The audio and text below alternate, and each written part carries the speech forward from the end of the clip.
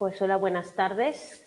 Seguimos, hoy vamos a ver el tema 6, la depresión infantil. Vamos a hacer un repaso por la historia de la depresión, la descripción, las formas de diagnóstico, evaluación y tratamiento.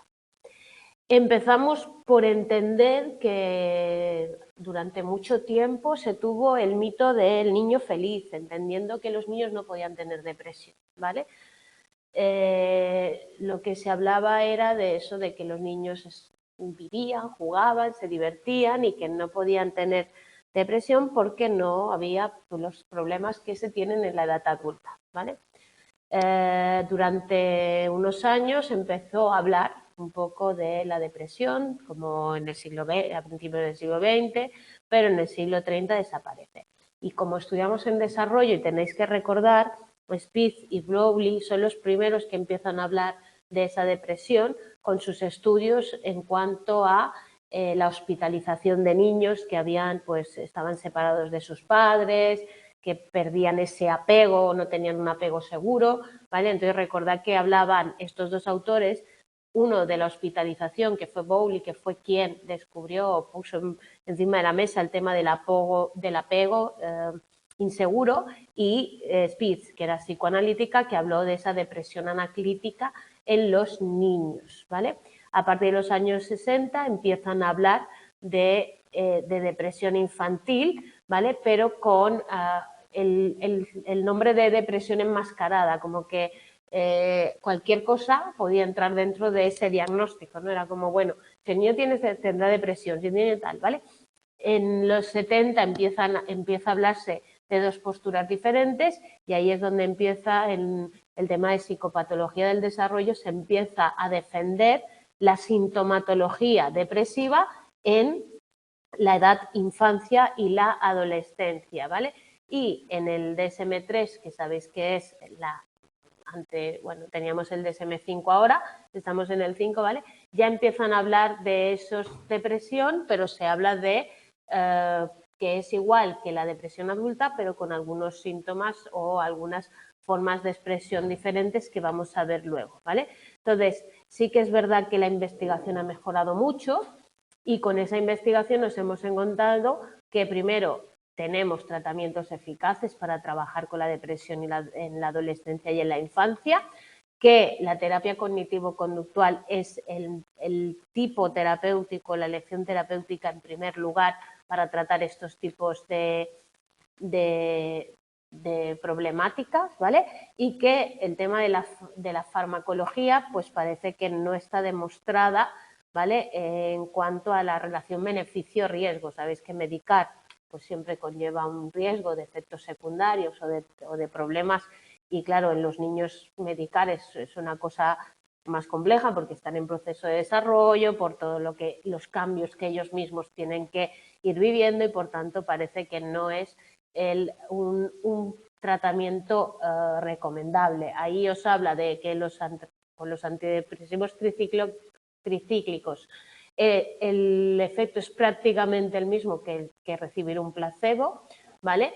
Que los medicamentos que muestran algunos indicios de eficacia, como por ejemplo la fluoxetina, no está claro que realmente funcionen a todos los grupos de edad, que hay que valorar en cualquier caso si ese beneficio que va a tener el niño es equivalente al riesgo que se corre medicando en según qué etapas evolutivas, ¿vale? Y luego el tema de que la posibilidad de aumento incluso de riesgo de ideas suicidas o intentos suicidios en niños o adolescentes, ¿vale? También que todos los fármacos tienen unos efectos secundarios, de ahí es esa necesidad de equilibrio, ¿vale? Y que no tenemos hasta datos a favor, ¿vale? De esa medicación y todos los efectos secundarios, ¿vale? ¿Qué pasa? Pues os voy a explicar algo que es psicopatología en general, pero sabemos que según qué tipos de depresiones, sobre todo si no son si no estamos ante una depresión mayor, sino una sintomatología depresiva más ligera o más light, incluso hay demostrado que el ejercicio físico, hacer actividades, una parte de nuestro de nuestra propuesta terapéutica funciona mejor que ciertos fármacos, ¿vale? Por lo tanto, el hecho de que en depresión todo el mundo acabe tomando medicación, pues es un poco, todavía está encima de la mesa y está discutido, ¿vale? De momento estamos en ello, ¿vale?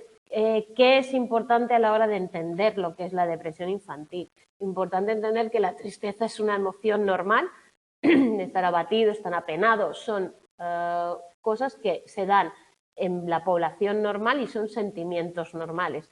Por lo tanto, hay que encontrar esa diferenciación y establecer el límite claro entre lo que podría ser una tristeza normal de una tristeza más de carácter patológico en cuanto a qué criterios, frecuencia, duración, intensidad. Recordad siempre esos 3 cánones. Si me pasa la mayor parte del día, si estoy casi todos los días en un mes con tristeza, si lloro de forma exagerada, si tal, estoy cumpliendo esos criterios diagnósticos. En otros casos puede ser que yo tenga pues una tristeza normal, evidentemente si me pasa algo, pues más que más, si no sé, si ha habido un cambio de ubicación de hogar, un cambio de colegio, una pérdida de alguien, tal, pues todo eso hay que valorar muy bien, hacer siempre esa entrevista donde detectemos qué antecedentes hay, cuándo empezó, cómo empezó, ¿vale? Para poder hacer un buen diagnóstico.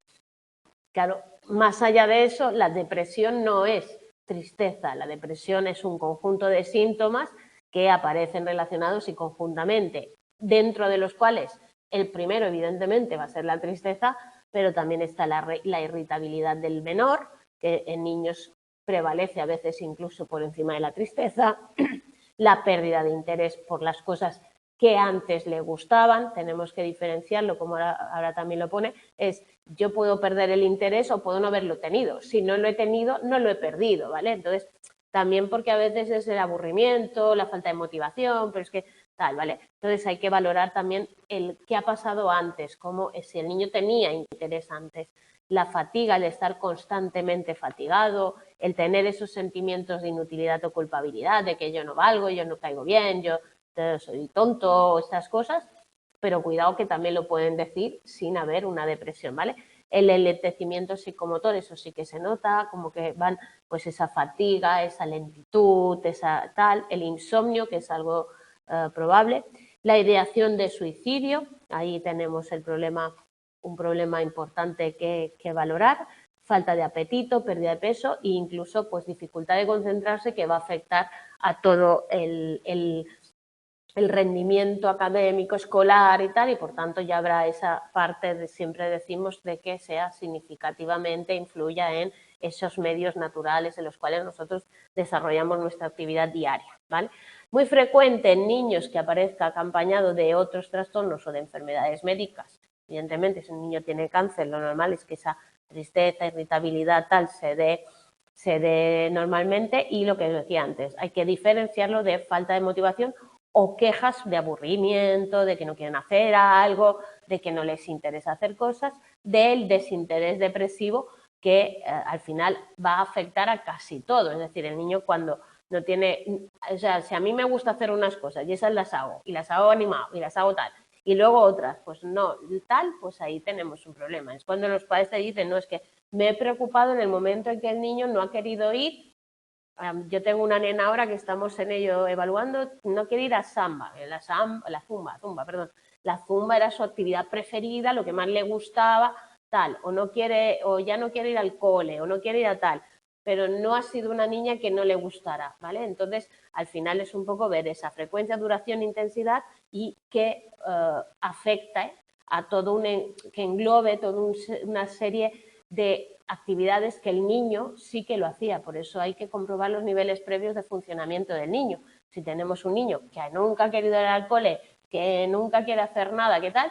Tendríamos que valorar que ahí hay una desmotivación, un desinterés generalizado. Si ya le gustaba y ahora no, niño que come bien y de repente se pasa una temporada que empieza a comer menos, que dormía bien y deja de dormir, tal, ¿qué tal? Pues ahí sí que tendríamos que tener pues ese punto de decir, uy, aquí ha habido un cambio significativo, está afectando a facetas de su vida, ¿vale? Entonces hay que interferir en esos síndromes, tienen que interferir en la vida diaria del niño y de manera significativa, ¿vale? Entonces, la depresión como trastorno, recordad que la depresión puede ser un síntoma que aparecerá en muchos otros trastornos psicológicos, pero también puede ser pues, un síndrome donde ya hay ahí unos parámetros que nos van a permitir valorar la duración, la gravedad, el curso, la historia, el nivel de disfuncionalidad que tiene el niño y la descarga de algunas causas, o descartar algunas causas, perdón, como las enfermedades.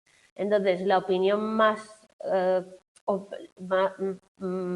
defendida ahora es que la depresión tiene sintomatología común entre niños y adultos, pero hay algunas características concretas que van a definir más la de los niños. Ahí tenéis, cuando un niño es más pequeño habrá más síntomas psicofisiológicos y motores, dolores de cabeza, dolores de barriga, enlentecimiento, estas cosas. Cuando los niños son más mayores empieza a ser más frecuentes esa sintomatología cognitiva, ¿vale? De sentimientos de incapacidad, de inutilidad, verbalizaciones de soy tonto, de no me gusta, no sirvo para nada, no me apetece, no tengo ganas, tal, ¿vale? Pero vuelvo a decir, siempre con un referente del niño y tener esa capacidad de evaluarlo, ¿vale? En los niños, síntomas con más afecciones somáticas y ese retraimiento social pueden ser muy frecuentes, es decir, el niño deja de querer ir, por ejemplo, ya no quiere ir a los cumpleaños, o ya no quiere ir, lo que os decía, al zumba, o ya no quiere quedar con los amigos, pues ahí puede haber una cosa importante, ¿vale? Y todo el enlentecimiento la hipersonia son menos corrientes en los adolescentes, son más corrientes en la edad adulta, ¿vale?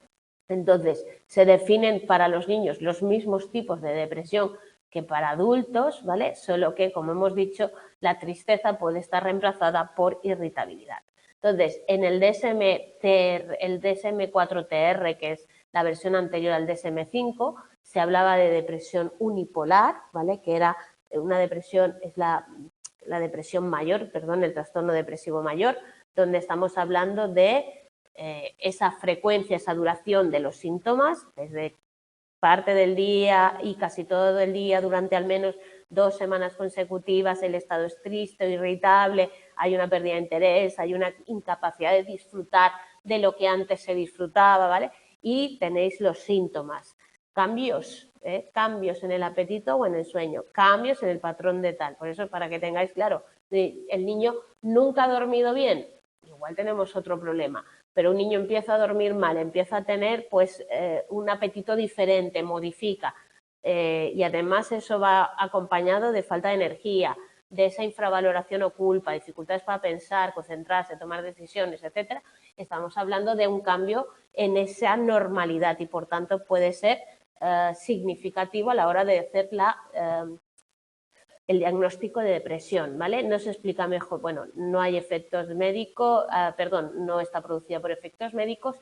Ojo a esto, en el DSM-4TR hablaba de no se explica mejor por la muerte de un ser querido.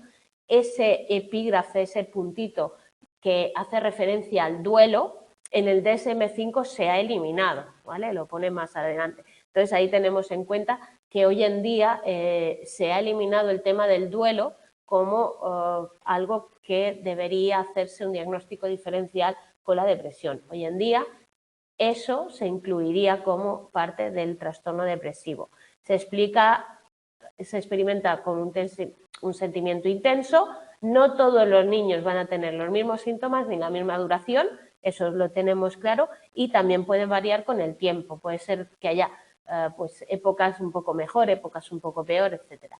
El trastorno depresivo persistente o distimia es un trastorno depresivo en el cual la gravedad de los síntomas es mucho menor, pero la duración es mucho mayor. Entonces, en los adultos siempre son 2 años, es crónico y por tanto dura 2 años. En los niños con 1 año es suficiente para el diagnóstico del trastorno depresivo persistente, ¿vale?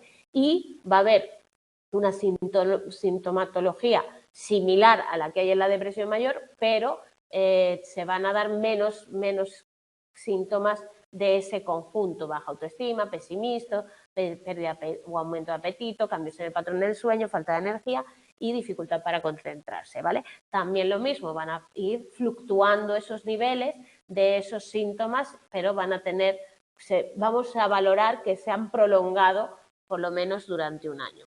El DSM-5 no hace muchos cambios, algunos de los que sí hace es pues cambiar el nombre de la distimia, le quita la distimia y de la depresión crónica también la elimina y deja solo el trastorno depresivo persistente, que sería la que englobaría los dos. Volvemos con una duración de un año más o menos, ¿vale? También otros trastornos. Quita lo que hemos dicho, ese criterio del tema del duelo, ¿vale? Quita lo de la muerte de un ser querido y deja pues otros síntomas, salvo que los síntomas fueran muy graves, con ideación suicida, tal, ¿vale? Muy polémica o criticada. ¿Por qué? Porque estamos, vale, o sea, lo que os explico aquí es algo que ha pasado, que es real, que yo lo he vivido en primera persona.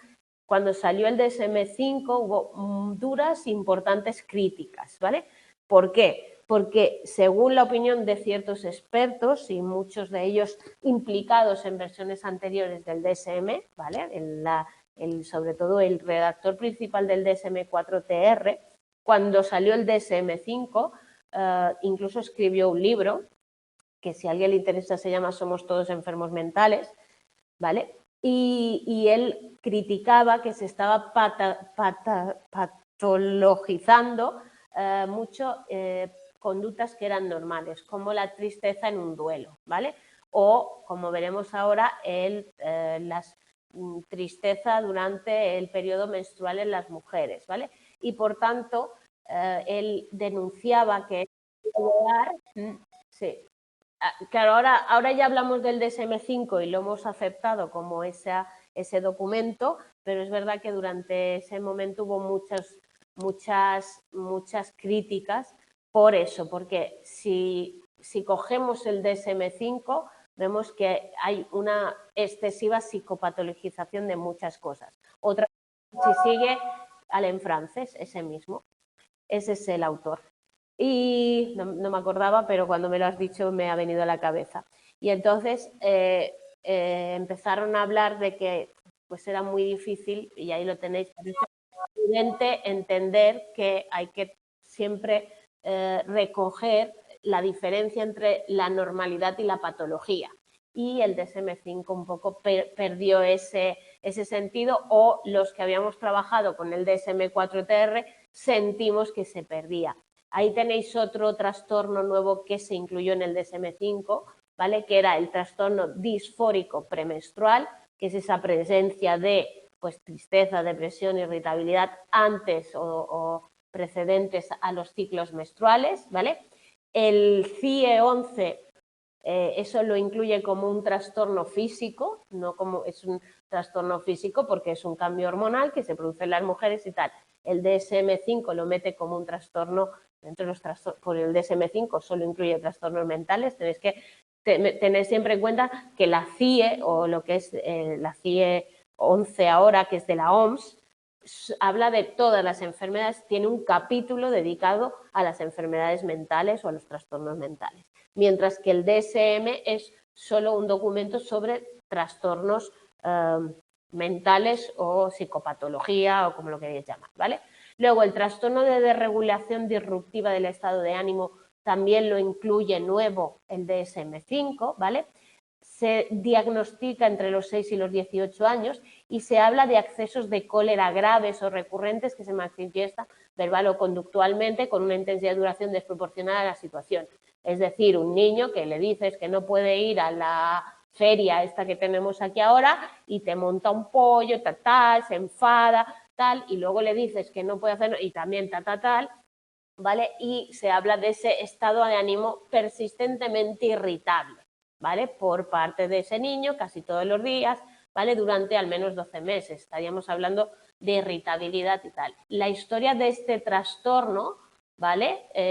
También está como una psicopatologización de un problema cotidiano, que son las rabietas o la baja tolerancia a la frustración o según qué tipo de cosas, ¿vale? Y ahí tenéis que cuando se introduce la idea de introducirlo es porque se detecta que se están diagnosticando trastornos bipolares, muchos trastornos bipolares en niños menores, ¿vale? Entonces, ese trastorno bipolar que hasta hace unos años no existía prácticamente o no se diagnosticaba a niños pequeños, empieza a verse como una verdadera epidemia, ¿no? Es decir, oye, de repente, claro, como tienen explosiones de ira, rabia, tal, pues se ve. Y entonces empieza a hablarse de esas rabietas y esos enfados adolescentes y buscan una manera de que no se diagnostique un trastorno mucho más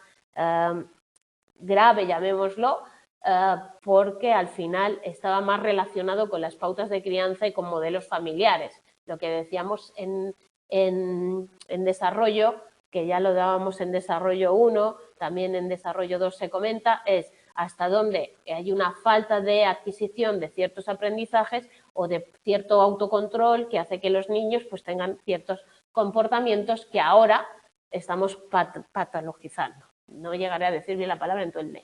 Entonces, ahí tenéis un poco los trastornos que incluye el DSM-5 y la CIE-11, ¿vale? Trastorno depresivo mayor de episodio único, lo mismo, pero trastorno depresivo de episodio único en la CIE, trastorno depresivo recidivante, es recurrente, vuelve a aparecer, tiene ciclos en los que pueden aparecer. El persistente, que incluye tanto el distímico como el de episodio único, como el recurrente, ¿vale? El trastorno disfórico menstrual, que como veis ahí está metido dentro de las enfermedades del sistema genitourinario, no como un trastorno de tipo mental, y el trastorno de la desregulación disruptiva del estado de ánimo, que es ese que hablábamos del bipolar, que el CIE no lo contempla, ¿vale? Entonces, importante siempre tener en cuenta para detectar estos trastornos que los síntomas claves de depresión son tristeza y pérdida de interés en las cosas que antes eran placenteras, es decir, los adultos lo verbalizan muy bien, es que antes disfrutaba de leerme un libro, disfrutaba de salir a dar un paseo, disfrutaba y ahora no lo disfruto. Claro, en este caso probablemente lo tendremos que detectar en que los padres te digan que no quiere ir a dar paseos, que ya no quiere ir al fútbol, que ya no quiere ir a jugar a casa de los amigos, ¿qué tal? ¿Vale? Que esa tristeza puede a veces no ser evidente, es decir, existen casos, o yo he tenido casos de niños que no venían por tristeza, no venían porque tal, venían porque les pasaba algo y no sabían el qué. Niños un poquito más mayores, pero no mucho, 8, 9, 10 años, que pedían, ¿vale?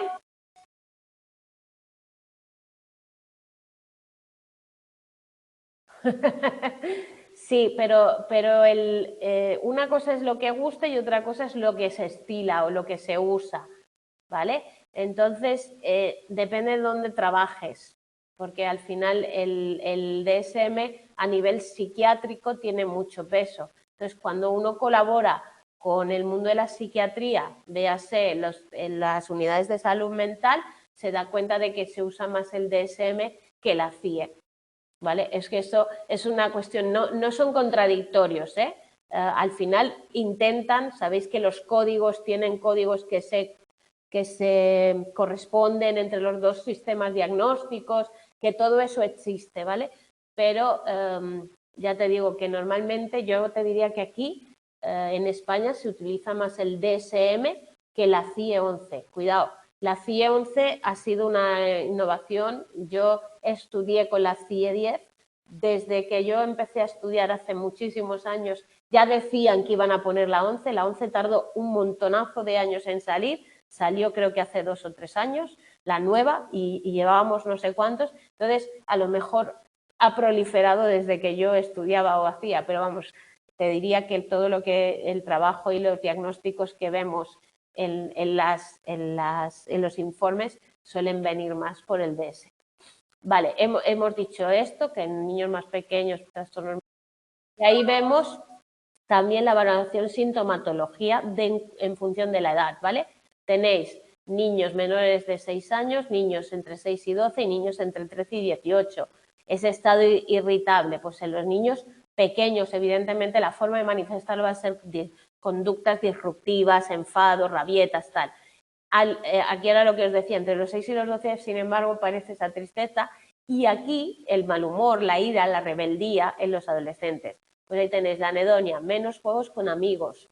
En niños tal, aburrimiento, aquí pasotismo. Pues un poco tenéis también ese cambio en el apetito, problemas con la comida, pérdida no ganancia del peso, ¿vale? O incluso engullir la comida, ¿vale? Pues en los siguientes, os diría que en los niños mayores estaríamos entre medias de los dos, siempre tenéis que en cuenta que evolutivamente esos niños están como en medio y pues lo mismo, cambios en el sueño. Aquí estaríamos hablando de pesadillas, terrores nocturnos, resistirse a la cama, tal. Aquí insomnio, hipersomnia, que sería más similar a lo que tendríamos en adultos. Lentitud o agitación, menos actividad, hipomovilidad, tal. Fatiga o pérdida, aquí el cansancio, la fatiga, la falta de energía.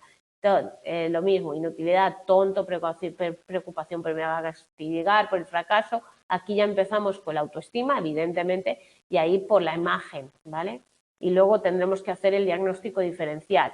Concentración, tal, bueno, problemas atencionales, bueno, esto ya veis la sintomatología de cada grupo, ¿vale? Entonces, todos los niños y adolescentes han estado alguna vez tristes en su vida, improbable sufrido todos ellos un depresivo o un trastorno depresivo como tal. Ahí tenemos que es un problema importante con una prevalencia de un 3%, pero tenemos que también saber que aumenta con la adolescencia porque el momento evolutivo, sabéis, se aviene más a tener una crisis de cualquier tipo, ¿vale? Entonces, la prevalencia más alta en las chicas que entre los chicos y mientras que por debajo de los 12 años no hay diferencia. Es decir, cuanto más adolescente, más problemas las niñas, ¿vale? Y no es un problema pasajero que desaparezca con el tiempo, sino que puede pues, llegar a tener problemas importantes de cronicidad, ¿vale? Entonces, ahí tenéis también el 90% de esos depresivos remiten antes de que transcurran 2 años desde su inicio. Estos tienden a recurrir, trastorno depresivo mayor desarrollan antes 5 años otros trastornos de depresión mayor, con 76% de los niños con trastorno distímico le llega a durar 5 años, 69% pues experimenta luego esa doble depresión, tiene episodios muy graves, episodios más crónicos, ¿vale? Ahí tenéis todo eso de los trastornos y cómo van, ¿vale?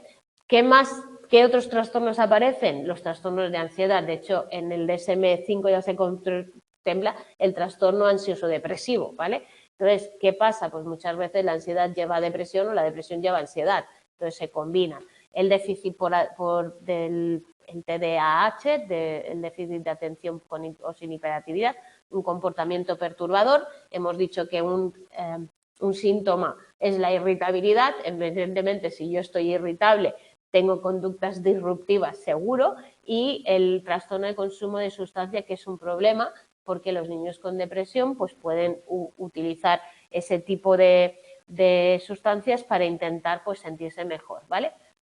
En los niños, al contrario de los adultos, la mayoría tienen trastornos de ansiedad, ¿vale? Que preceden a esos episodios depresivos, después va a aparecer. Factores de riesgo del suicidio hay que tenerlos en cuenta, ¿vale? Y entender que el 72% de los niños de 7 a 17 años tienen ideas de suicidio, aunque no todos lo llegan a realizar, ¿vale? Sí que sería más importante en niños más mayores y con ira, ¿vale? Ese factor de riesgo de la conducta suicida, ¿vale? Entonces, importante las cifras de suicidio. Hace años que se está hablando de la gravedad del suicidio, pero quizás ahora se le está poniendo más el foco. Siempre ha sido una de las primeras causas, primera, segunda, tercera, en los informes del INE, del Instituto Nacional de Estadística, tanto en población, sobre todo en población adulta, ¿vale? Era como se llamaba, la muerte silenciosa. De hecho, hay un documental de la 2 que se llama así, que también es interesante, donde se habla de eso, de que no se contaba o no se hablaba.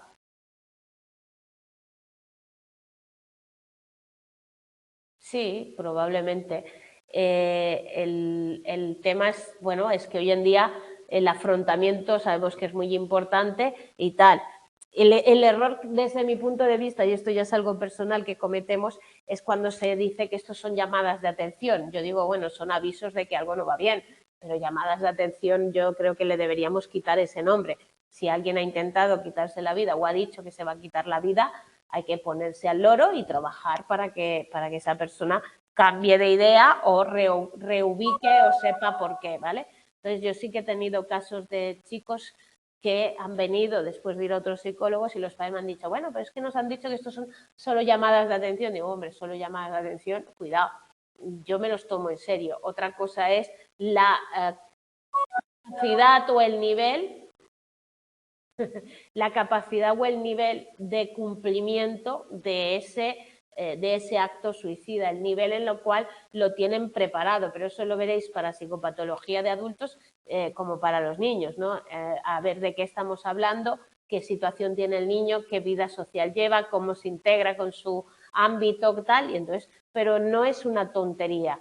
También os diré que en los últimos años nos hemos dado cuenta del mayor nivel de tendencia a... es como una especie, es verdad que lo ven más en YouTube y eso, o en los vídeos, en las redes y en estas cosas, eso no lo podemos evitar. De hecho, es una cosa que yo les riño, yo a veces riño a los niños que tal, porque tengo chicas que evidentemente que se autolesionan y hacen cosas de esas, entonces yo les riño y les digo, hombre, si estás mal, solo me falta que lo pagues contigo, que te hagas daño a ti, no sé qué. Bueno, es una manera de afrontarlo para que ellos también piensen y vayan un poco más allá, ¿vale? Entonces, al final hay que ver hasta dónde los niños pues realmente tienen eso un poco interiorizado, ¿vale? Pero bueno, los hay que te dicen que no saben controlarlo, los hay que los mandas directamente a que los lleven a algún sitio, los hay que lo controlan o haces pactos. Es un tema que podéis hacer cursos y cursos. Por mi experiencia, yo no lo he llevado mal, entre comillas, porque he tenido la fortuna o la suerte de que nunca se llegara a realizar el suicidio. En mi caso, en los pacientes que he tenido en casos de estos, que es frecuente, yo os lo diré que es frecuente, al menos que te digan que tienen ideas raras y tal, y ahí es donde hay que estirar y decir, a ver, cuéntame, ¿vale? Pero también es verdad que como a mí me horrorizaba el tema o me parecía súper difícil, todo mi trabajo, que ahora llamáis el trabajo en fin de grado y todo tal, me dediqué a hacerlo sobre este tema y me dediqué a buscar bibliografía, a estudiarme todo como se tenía que hacer y tal. Por lo tanto, hay casos en los cuales os diría formaros, empaparos, porque hay cosas que se pueden hacer.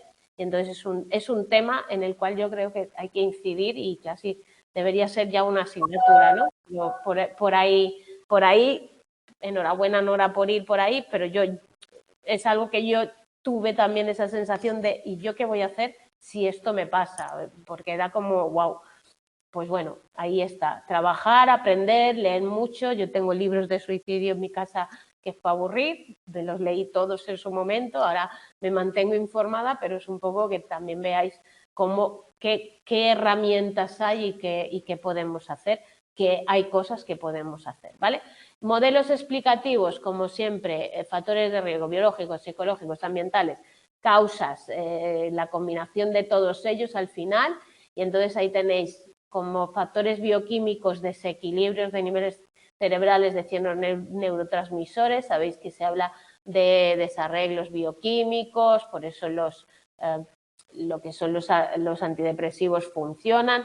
También cierta predisposición biológica heredada, se habla del tema genético, ¿vale? De esos desequilibrios, evidentemente. Factores ambientales, pues padres o madres con depresión, que no sea solo transmisión genética, sino también esas formas de actuar, esos modelos educativos, esa forma de relacionarse con el niño, pues que genere esa predisposición a padecer o a tener luego también esa depresión a lo largo de la vida, también por eso, por el cuidado parental, la educación, etcétera.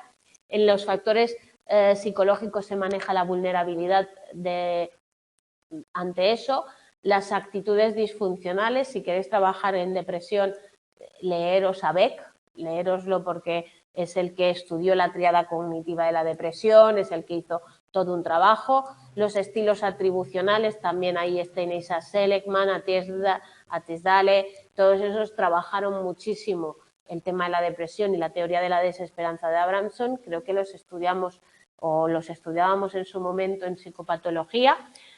También tema de déficits de habilidades sociales y de solución de problemas. Cuando yo no tengo esa capacidad de manejar una conducta o una situación conflictiva, tengo la sensación de que me supera y entonces no sé cómo afrontarla. Por lo tanto, el tema de la teoría conductual de depresión de Levinson también es importante, ¿vale? O déficits en conductas de autocontrol, donde el niño pues tiene esa falta de gestión personal de las emociones, de la ira, de tal, ¿vale?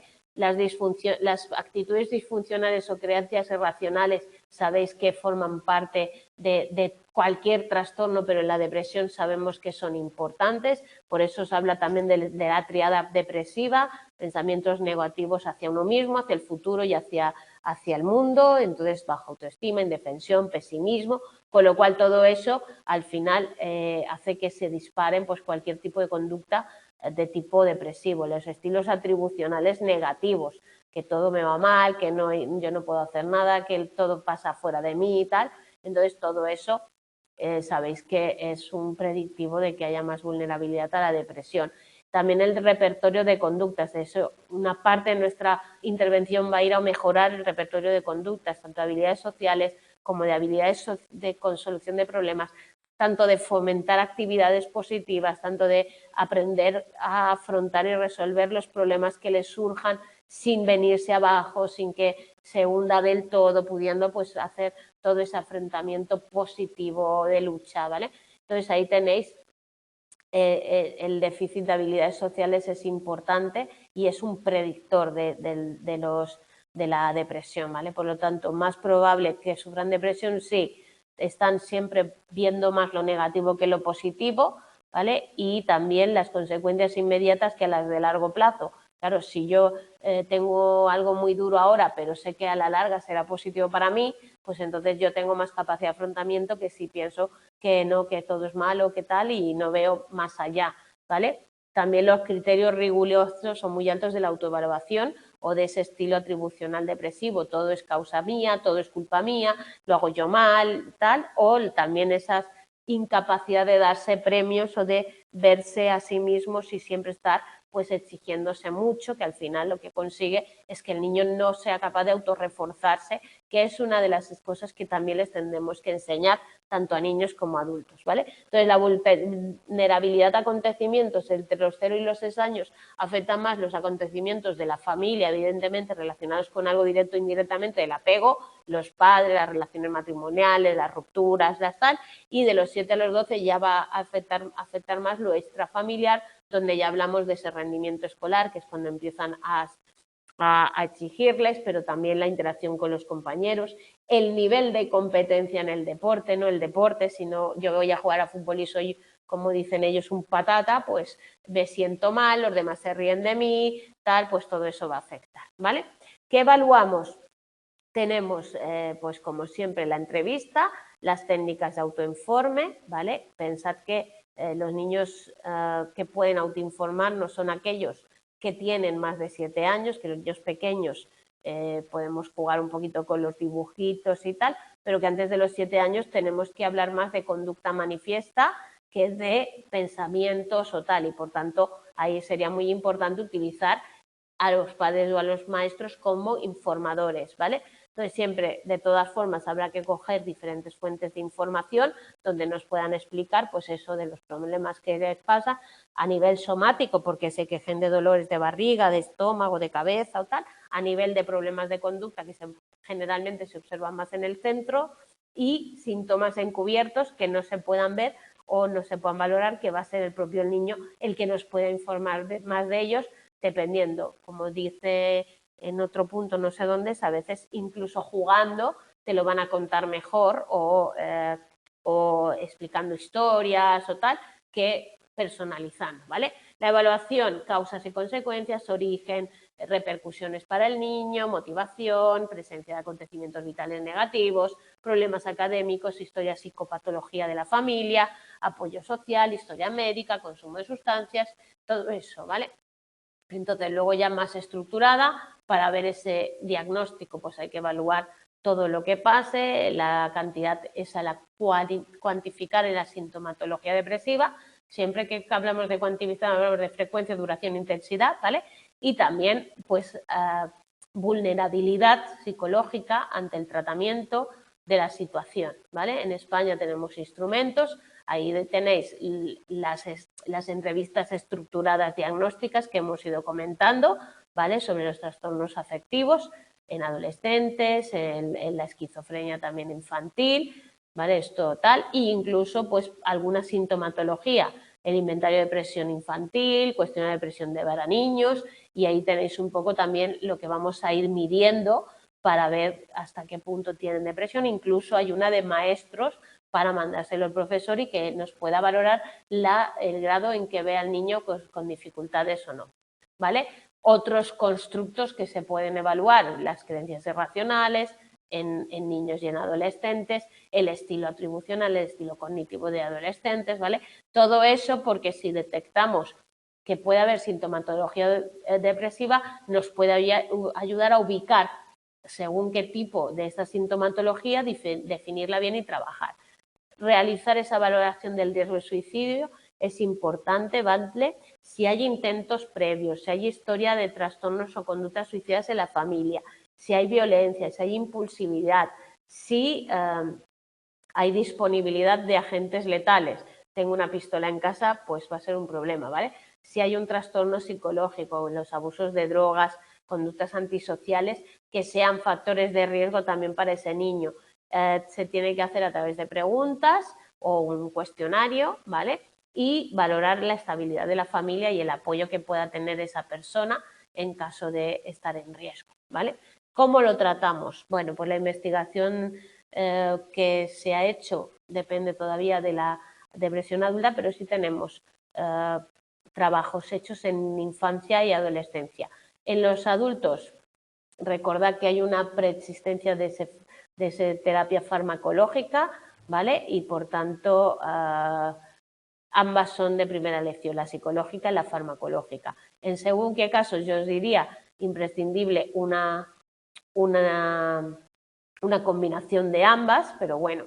Y entonces ahí tenéis que las terapias psicológicas son de primera elección, ¿vale? Porque tienen una contrastada eficacia y tienen efectos secundarios nulos, más allá de aguantar al psicólogo, básicamente, ¿vale? Tienen mayor respaldo y además tenemos tres grandes, serían 5 en realidad porque se pueden hacer de individual o grupal: terapia cognitivo-conductual, terapia interpersonal y terapia interpersonal grupal o individual en función, ¿vale? Y para los niños pequeños la cognitivo-conductual y la terapia de conducta, porque en niños pequeños hemos dicho ya que lo más importante es la conducta, por lo tanto una terapia de conducta con padres, donde les hagamos hacer actividades, donde cambiemos un poco el sistema también familiar con refuerzo, reconocimiento y tal, puede pues hacer que se mejore mucho en un niño ese problema, ¿vale? Entonces ahí tenéis terapia cognitiva, terapia interpersonal con los chavales más mayores, también multicausalidad, buscar eso, y ahí tenéis los ejemplos de esos tratamientos multicomponentes, el acción o el afrontamiento de la depresión y todas esas técnicas que van a poder ponerse en marcha. Cuando hablamos de programas o paquetes de tratamiento, hablamos de multicomponentes, es decir, igual podemos meter una relajación que una reestructuración cognitiva, que un entrenamiento en habilidades sociales o que un entrenamiento en asertividad total, ¿vale? Entonces ahí tenéis un poco los dos que os cuenta arriba, a quién van dirigidos, estos niños, estos adolescentes, son grupales, se hacen en X semanas y las actividades que se hacen. Fijaos, la primera pauta que siempre se va a dar en cualquier tratamiento de depresión, sea de adultos o sea de niños, es aumentar las actividades agradables. Y lo que te van a decir es que ya no me apetece. Entonces tú les tienes que explicar que es igual, que hay que empezar a hacerlo. Yo he tenido casos de gente que leía, pues ya no lee, pues hay que volver. Escuchaba música, iba al teatro, iba a correr, iba a andar, iba al parque, iba tal. Y con los padres, pues a veces esa sintomatología no me apetece y tal, pues no fuerzan, el niño empieza a perder reforzadores, empieza a dejar de tener esa distracción y entonces eso empeora. volvemos a autocontrol, relajación, reestructuración cognitiva, entrenamiento en habilidades sociales, solución de problemas y habilidades de comunicación, mantenimiento de logros de prevención de recaídas en los niños más mayores y ahí pues autoinstrucciones como la autoverbalización positiva, como el autorrefuerzo y cosas de estas, ¿vale? Entonces ahí tenéis el programa de la acción, está basado en terapia de autocontrol de REN, terapia cognitiva de Beck y terapia conductual de Levinson, ¿vale? Partes, tratamiento de los niños, primera parte es modificar conductas problemáticas. ¿Cómo puedo responder a las situaciones en las cuales me siento abatido, me siento dominado, me siento tal? Resolución de problemas y cómo puedo procesar la información respecto a mí mismo o sobre el entorno. Estamos hablando al final de condiciones negativas sobre depresión o tal. Modificar el estado de ánimo depresivo a partir de esa planificación de actividades. Incorporación deliberadamente en la vida del niño de actividades placenteras dirigidas a objetivos. Es decir, vamos a buscar hacer una hora de, yo tengo una niña que ha tenido un problema, que probablemente venía por la depresión, ha sido una de estas que se ha hecho daño y tal. Entonces, en este caso, era una niña que se pasaba el día encerrada en su cuarto con un móvil. Evidentemente, eso ha llevado a tener otros problemas, pero la parte sintomatología central que hemos detectado es que hay una depresión, que ella dejó de salir, ella dejó de hacer cosas, no se llevaba bien con las compañeras de clase, no se llevaba bien con los niños de la clase, no se llevaba bien tal, cual.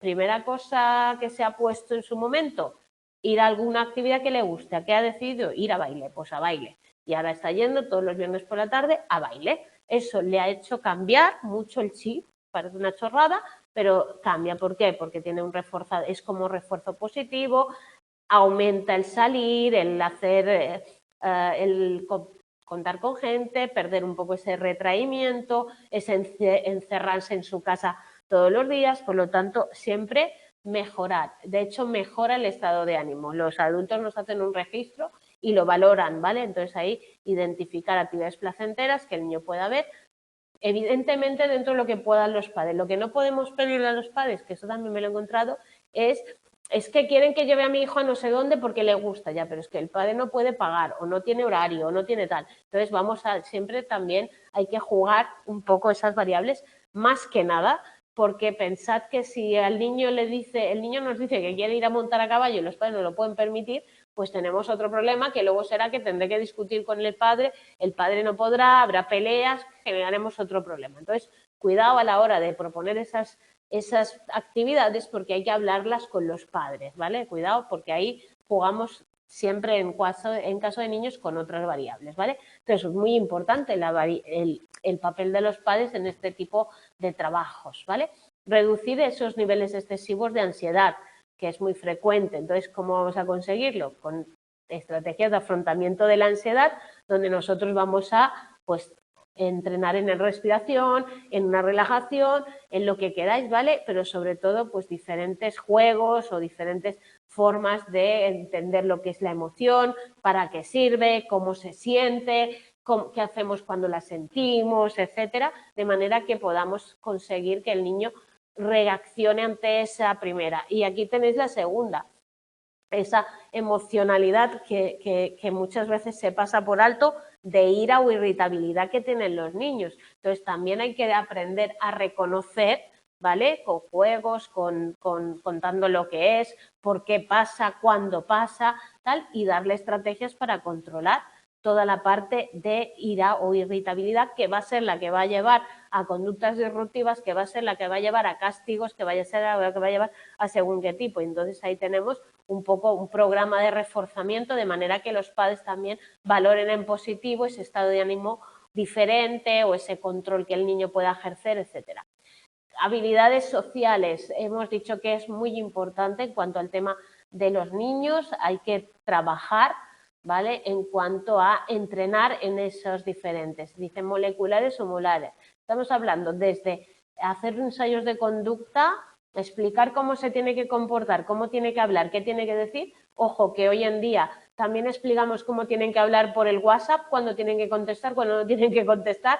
Todo eso, también el ser capaz de verse a sí mismos mejor a la hora de responder o de realizar esa autoobservación, donde también ellos se vean que han contestado, que le han dicho no sé qué, que es tal, otra alumna o niña que tengo en la consulta que ha tenido problemas con todas las niñas de su clase, bueno, no se adaptaba de ninguna manera y el colegio nos hizo saber que parecía que quería siempre destacar por encima de las demás niñas, ¿qué tal? Claro, esa niña no tenía amigas, no se relacionaba, entonces al final lo que hemos hecho ha sido hablar con, o sea, yo hablo con ella como si fuera una niña, ¿no? Pero es que tú me has dicho, pues que yo, es que no sé qué, tal. Entonces vimos que había como ahí una forma de interactuar que estaba que generaba conflicto con las demás, porque si una quiere ser mejor que tú también quieres ser mejor y al final ahí hay un juego extraño de que tal, quienes identificamos los roles dentro del aula, cuál es la niña cabecilla, cuáles son las seguidoras, cuáles son las tal, y trabajamos un poco para que fuera integrándose y tal. Y al final encontramos dos figuras allí dentro que eran vía de vínculo para luego entrar a otras tal, y entonces ahora tiene un grupo generado. Eso repercutía en su estado de ánimo, en que no quería el colegio, en que sacaba malas notas. Es que es un círculo. ¿Quiere decir que sea por eso? No, pero el mejorar eso mejora, ¿vale? También cómo se percibe ella en las situaciones sociales o él y cómo las vivencia.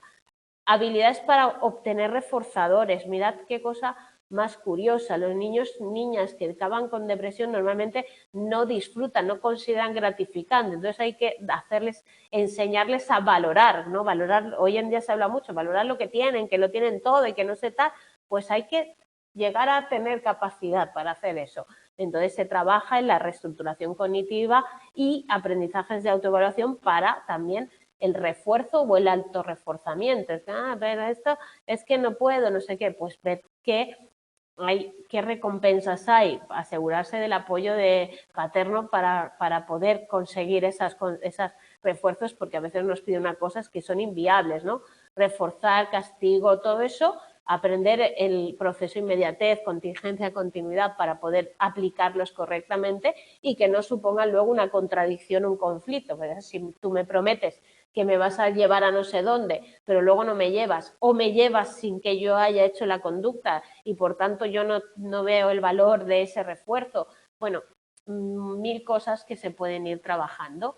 La habilidad de solucionar problemas. Esta la semana pasada se la contaba yo a una chavala que tiene pues 17 años. Ella me decía, es que yo me enfado mucho, me frustro mucho, y hablábamos de eso, de que no era capaz de tomar decisiones. Entonces estuvimos trabajando en el modelo de toma de decisiones a fin de que esa persona no tenga esa inseguridad. Si yo no soy capaz de tener un modelo en el cual yo sea buena solucionadora de problemas o con capacidad de toma de decisiones, tengo la sensación de inseguridad, de que no sé qué hacer, de que tal, de que no manejo, de que no hago yo. Entonces eso repercute negativamente en la persona que no tiene esas habilidades, bien sea un chaval, bien sea un adulto, ¿vale? Pensamientos negativos automáticos se tiene que trabajar a partir de un modelado cognitivo, pues mira, hay que pensar esto, hay que decir esto, y qué te dirías, y cómo te hablarías, y cómo te cuentas las cosas y tal, porque al final, si no, los niños, el lenguaje interno puede ser nefasto, puede ser muy negativo. Algunos te lo dicen, ay, que soy muy tonto, ay, que no sirvo para nada, pero la mayoría lo lleva dentro y se lo va diciendo y se lo va creyendo. Entonces, hay casos de niños que tienen un modelo de conducta como muy valiente, muy tal, muy cual, pero luego cuando rascas descubres que ahí hay una verbalización bastante desadaptativa y sobre todo muy exigente, muy negativa, muy de tal. Y entonces, ¿con qué trabajamos ahí? Con el programa autoinstruccional de Meckenbaugh, y ahí tenéis un juego que os pone que es el planeta de los Simmons. A mí pues yo lo tengo y personalmente no me ha ayudado más que para jugar un poquito alguna vez con algún... Son unos monstruos que toman como el nombre de las autoverbalizaciones negativas o de esto. A mí no me ha funcionado, pero bueno, eso os lo dejo porque es un material que podéis encontrar y decir, ¿vale? Esto sí me funciona, lo de los detectives del pensamiento, eso sí me va muy bien. Es decir, decirle al niño, ahora vas a ser un detective del pensamiento y vas a detectar todo lo que piensas negativo, que no te va a salir, que no te va a ir bien, que tal, y luego vamos a debatirlo a ver si es verdad con las pruebas que tenemos y tal. Entonces, al final es un poco el trabajo de detectar pensamientos y buscar pruebas de realidad para contradecir y tal. Entonces sí que les hago ser mis detectives o mis investigadores en función de la edad para poner a prueba los pensamientos, que es lo que en realidad tenemos que hacer cuando trabajamos la terapia cognitiva.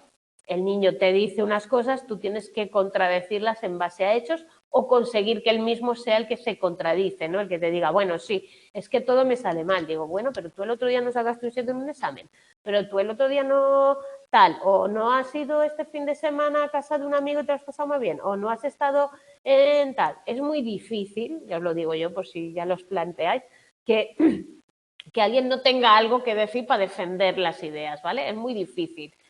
Si no, no serían ideas irracionales, si no nos creeríamos que son así, ¿vale? Y luego están los padres. Evidentemente los padres son súper importantes a la hora de trabajar, pero hay cosas muy importantes. Métodos positivos de hacer disciplina y manejar a sus hijos. En vez de castigo, echar en cara, ridiculizar a veces sin darse cuenta, tal, controlar sus propias emociones hacia esa ira y hostilidad que tienen. También cómo podemos mejorar la autoestima de nuestros hijos, cómo escuchar empáticamente, cómo planificar cosas buenas para ellos, recreativas, que puedan hacer pues ese aumento de actividades positivas, ¿vale?